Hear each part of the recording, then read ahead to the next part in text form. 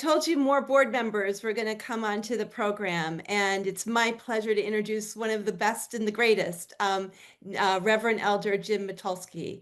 He's a trailblazer in LGBTQ liberation since the 1970s.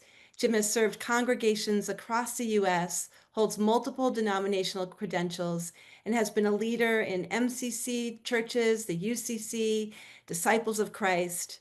So please welcome Reverend Elder Jim Mitulski. My name's Jim Mitulski, and I am so glad to be able to be here this afternoon to help honor Reverend Dr. Brent Hawks, one of the greatest MCC leaders and a true pioneer and holy troublemaker in every sense of the word, in the holy part and in the troublemaker part. I know I speak with my fellow MCC people here, and from the past, Reverend Troy Perry, Reverend Nancy Wilson, Reverend Elder Cecilia Eggleston, and all the others who say we could not be more proud to claim Brent Hawks as one of our own.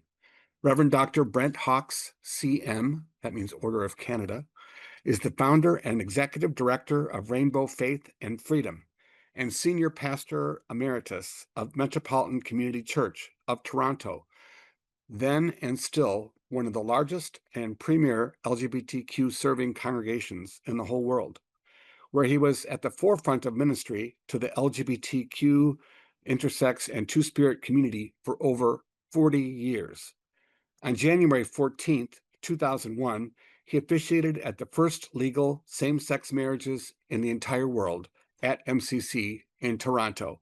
He received the Order of Canada, the Order of New Brunswick, and has 3 honorary degrees in addition to his earned degrees from Trinity College at the University of Toronto and from Allison University. And his stand on social justice and human rights within the LGBTQ intersex and two-spirit communities is unparalleled. Now, I have been proud to know Brent for almost 50 years. We met at an MCC church camp at that time in the late 70s. And at the time I thought, who is this energetic, charismatic, passionate preacher and pastor?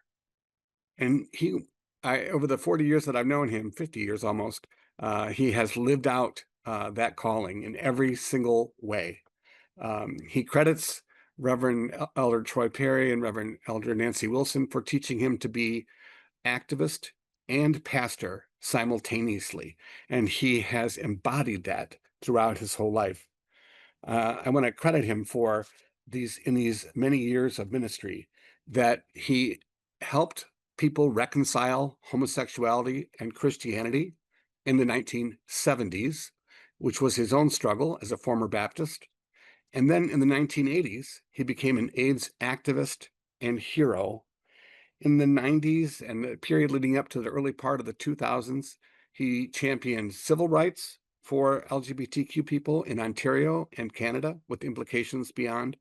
And then he officiated at this first legal same-sex marriage in not only in Toronto, but in the world. And then since finishing his ministry at MCC Toronto, he has been at the intersection of LGBTQ and human rights through his work at Rainbow Faith and Freedom Fund. I learned 2 things in interviewing Brent for this talk, and for this introduction. He has 2 maxims that has guided him. One is, and he said Jim Wallace first gave voice to it, but he'd been practicing it before then, that religious attacks require a religious response. And Brent, through his work, has helped deconstruct the notion that we are that the struggles that we are in are gays versus God, or gays versus religious people. He has taught us how to use religion, the thing which has been an instrument of oppression, as an instrument of liberation. He also told me that he thought that even when we lose, we win. And that's how he credits his longevity as a leader in LGBTQ liberation, citing many examples, including when Anita Bryant first came to Canada, and he turned that into an opportunity for dialogue with LGBTQ people at the table, rather than being on the sidelines. Brent embodies the best of ministry. He's a role model as an activist, a theologian, a strategist for social change. He's a politician, he's a pastor, and he's an intersectional advocate and teacher.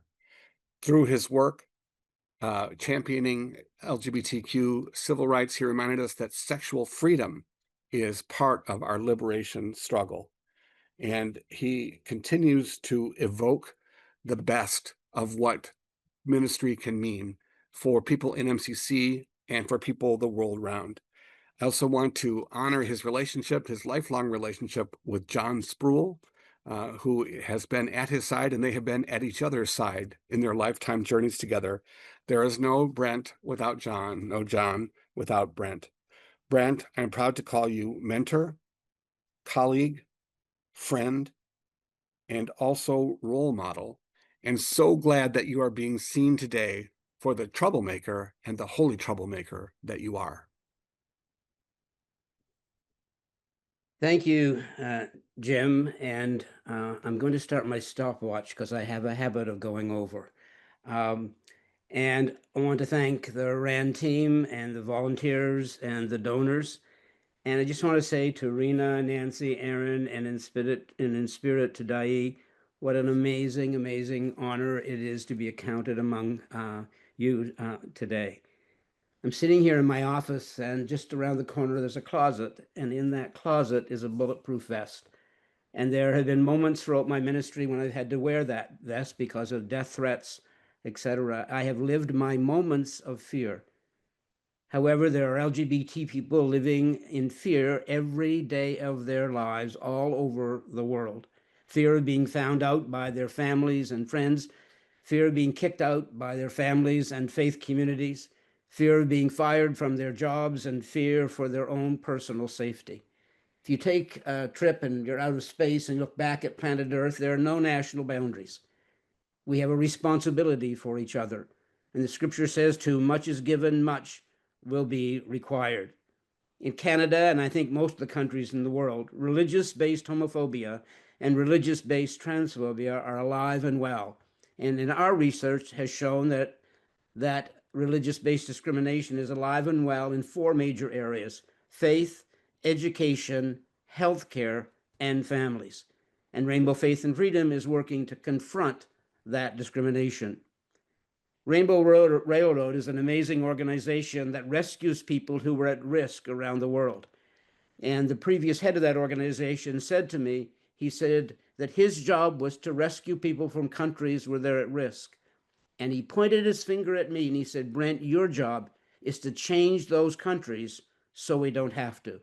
So today we're working in Canada, Jamaica, Costa Rica, and hopefully soon in the Commonwealth if we can raise the funds. Everyone hearing my voice or seeing this amazing organization, LGBT RAN, recording our history, now it's our turn to make that history, to get involved somewhere to make the world a better place for those who will come after us. For 40 years, I had the phenomenal privilege of being the senior pastor at the Metropolitan Community Church of Toronto.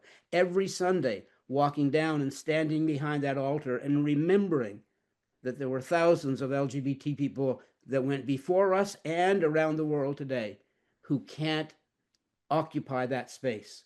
Maybe because they're a woman, or maybe because they're LGBT. And what an honor and what a privilege it was to do that. And now I have a second career through Rainbow Faith and Freedom. When I look at my colleagues being honored this evening and seeing their amazing contribution to make the world a better place, I now challenge those of you listening and watching. Now it's your turn. Pick a cause. Volunteer somewhere. Donate what you can. And remember, a religious attack requires a religious response. So join us and be a part of that religious response. Thank you.